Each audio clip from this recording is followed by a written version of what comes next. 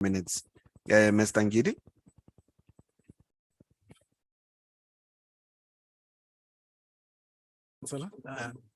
Honorable Councillor, and good afternoon. And I'm observing all the protocols and in interest of time.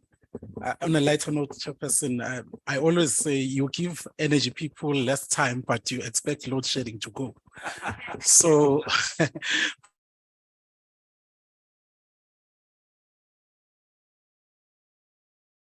it's just an opening for this session because I've got 5 minutes.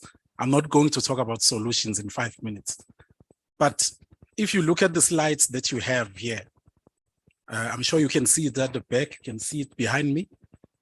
That slide has the components or the elements of a sustainable electricity department. All of those things, you must be at the top of your game on all of them. Now, the question, do you think if tomorrow National Treasury pays all the ESCOM debts,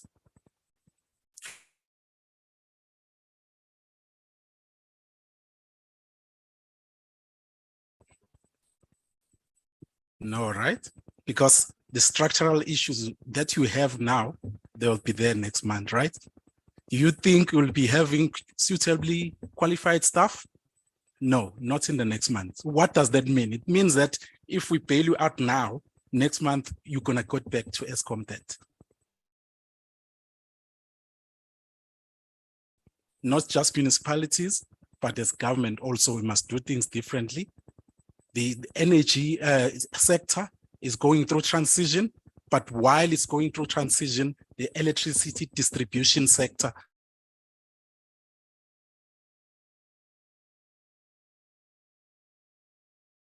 so it calls for national government and us as local government to pronounce and lead on the conversation around what would it take for us now with the problems we have to have a sustainable energy or sustainable service delivery models for electricity.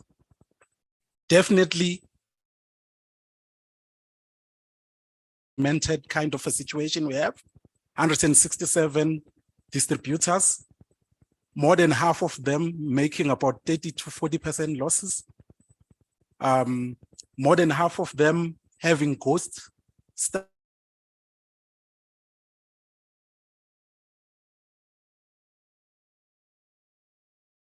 I'm talking about structures that are empty and positions that are not filled. Some of the towns in this province were mining towns, but they are now ghost towns. This is why I started asking those questions. Do you think if we can give you all the money you need now, do you think your electricity department? So we need to think differently about what is the sustainable delivery model we need.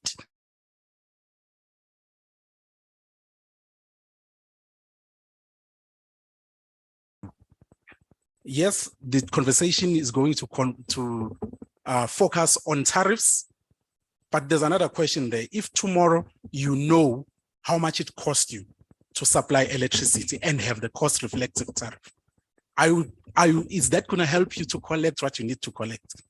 No, you will have the we have in your municipalities. So it calls for change.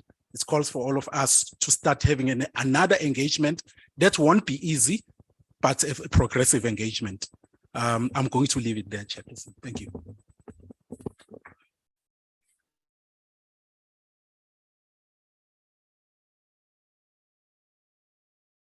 Councillors, all protocol observed. I think indeed this slide would be applicable not only for the electricity industry, but also for water as well. But my contribution to the conversation is going to be around the Section 42 process and the fact that according to the MFMA, both National Treasury and Salga before they can table their bulk water tariffs. And I just want to provide some guidance and context in terms of what municipalities should look out for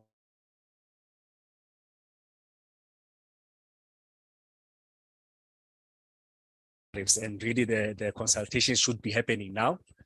during this month of November up until the 30th, when the water boards will be transferring all these files to Salga.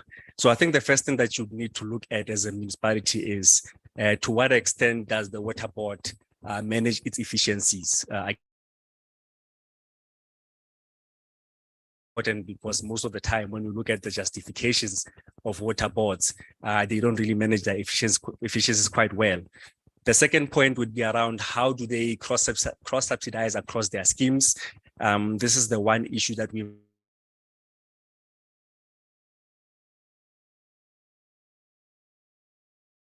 interrogate is what kind of financing decisions do they make around infrastructure investments? Most of the times these water boards would use their tariffs as the main funding component for the capital budget. And our argument is that they should consider more of debt financing in order to alleviate the pressure of high tariffs within between what they indicate in their corporate plans and their tariffs as well, their tariff files, because we tend to find that there's inconsistencies there. One of the areas where one of the things that we've advocated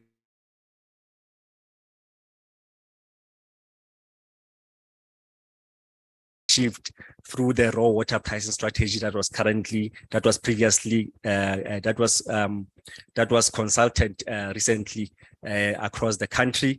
We also believe that one of the things that you should look at as a municipality is the input costs, particularly your primary input costs, like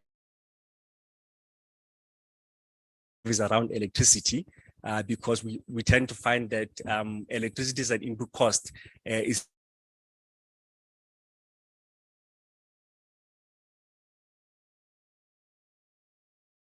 with a credible input cost for electricity when you determine your bulk tariff. One of the things that you also should look at is around to what extent the prior year capital budget was spent by water board, because we've found that when you look at the prior year capital as a budget for the next financial year, there's a disjuncture there. You might find that they spend 20% prior year. So you need to ask them, if you spend 20% of your capital budget in the prior year, how are you going to ensure that you spend well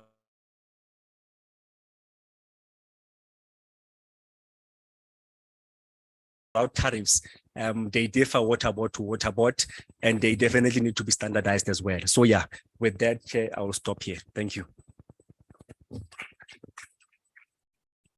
Thank you very much. You would do well in my council for respecting the time. There are others who request for a caucus and never come back. They know themselves. Now, bulk services, electricity and water are purchased from Eskom and water boards, bulk suppliers, and sold to customers at a tariff or regulated prices to cover operational costs of municipalities in rendering such services.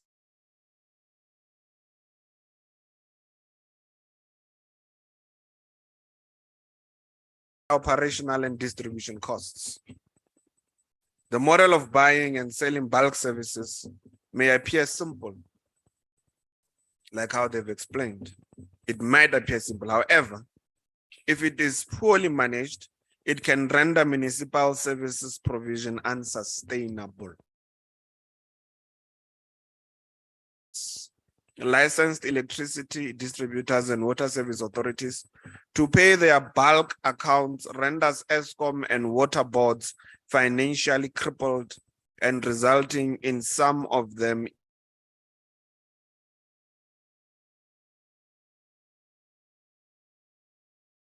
in challenges to collect from customers as a result of poor revenue management and non-payment by municipal customers.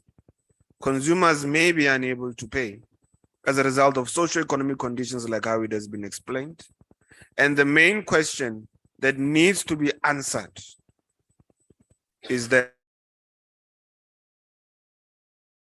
management of indigent database in place. And this is a question for the plenary. Proper management of indigent database and credit control measures may ameliorate the situation. Do we have proper O&M strategies?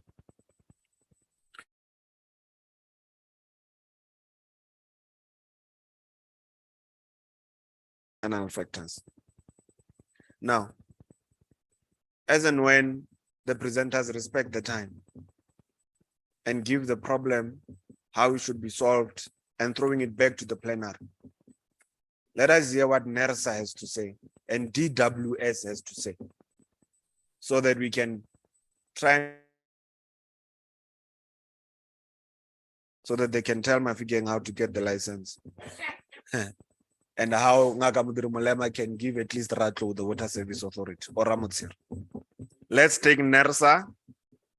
NERSA, Mr. Bongani Konjulwa.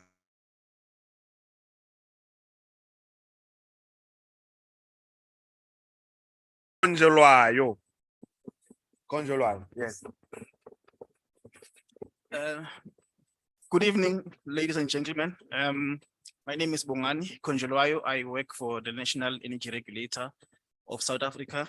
I'm a senior financial analyst. I'm representing my HOD.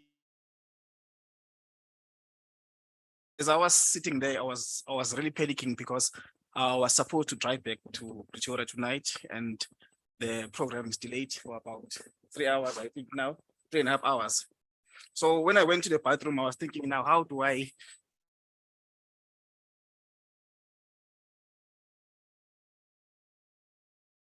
and hit one Johnny Walker? And I said, but now what if this deletes my train of thought, because it can delete, it can do that. So I said, no, let me just wait. Fortunately, I called my boss and he agreed to book a room for me to sleep over tonight. But basically, I'm not gonna go to my presentation. Of my discussion is around the issue of energy losses. So as an analyst, I support municipalities in Gauteng, Northwest. There are about 13 municipalities, if I'm not mistaken, that distribute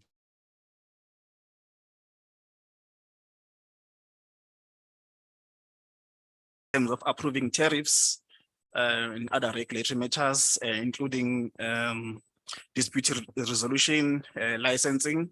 So that's what we do at NERSA. So we regulate electricity, we regulate pipe gas, we also regulate petroleum pipelines. So specifically with electricity, the reason we regulate is that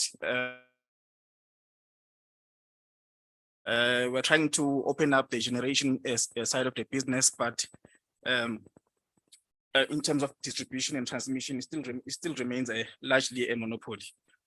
So I wanted to just highlight, I think 2 or 3 slides.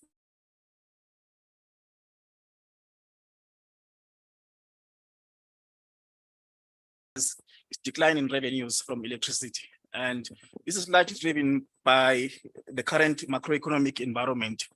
And as we know, that unemployment is very high in South Africa, almost 40%. We are seeing also more and more losses. So we have related to infrastructure. So as you distribute electricity, as you transmit and distribute electricity over distances, you'll have losses, but you also get non-technical losses where there's people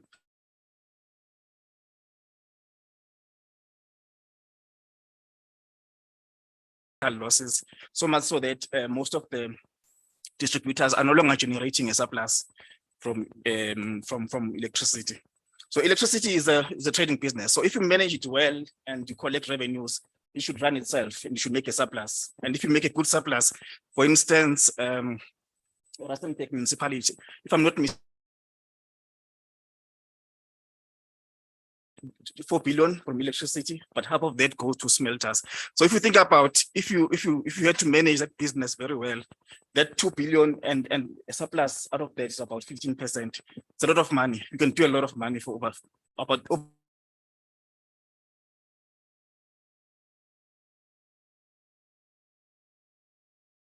we would have a good business. So I just wanted to highlight what's happening in the Northwest. As you can see there,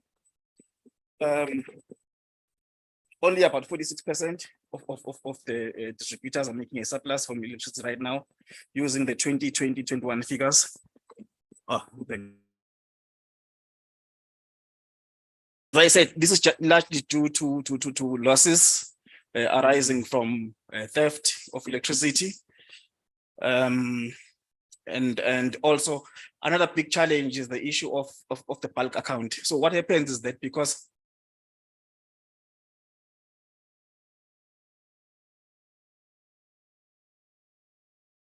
they will charge you 8 times more if you consume in winter between 6 and 9 as opposed to consuming in summer. So they call it time of use tariffs. So but now, because municipalities struggle to pass on those costs to their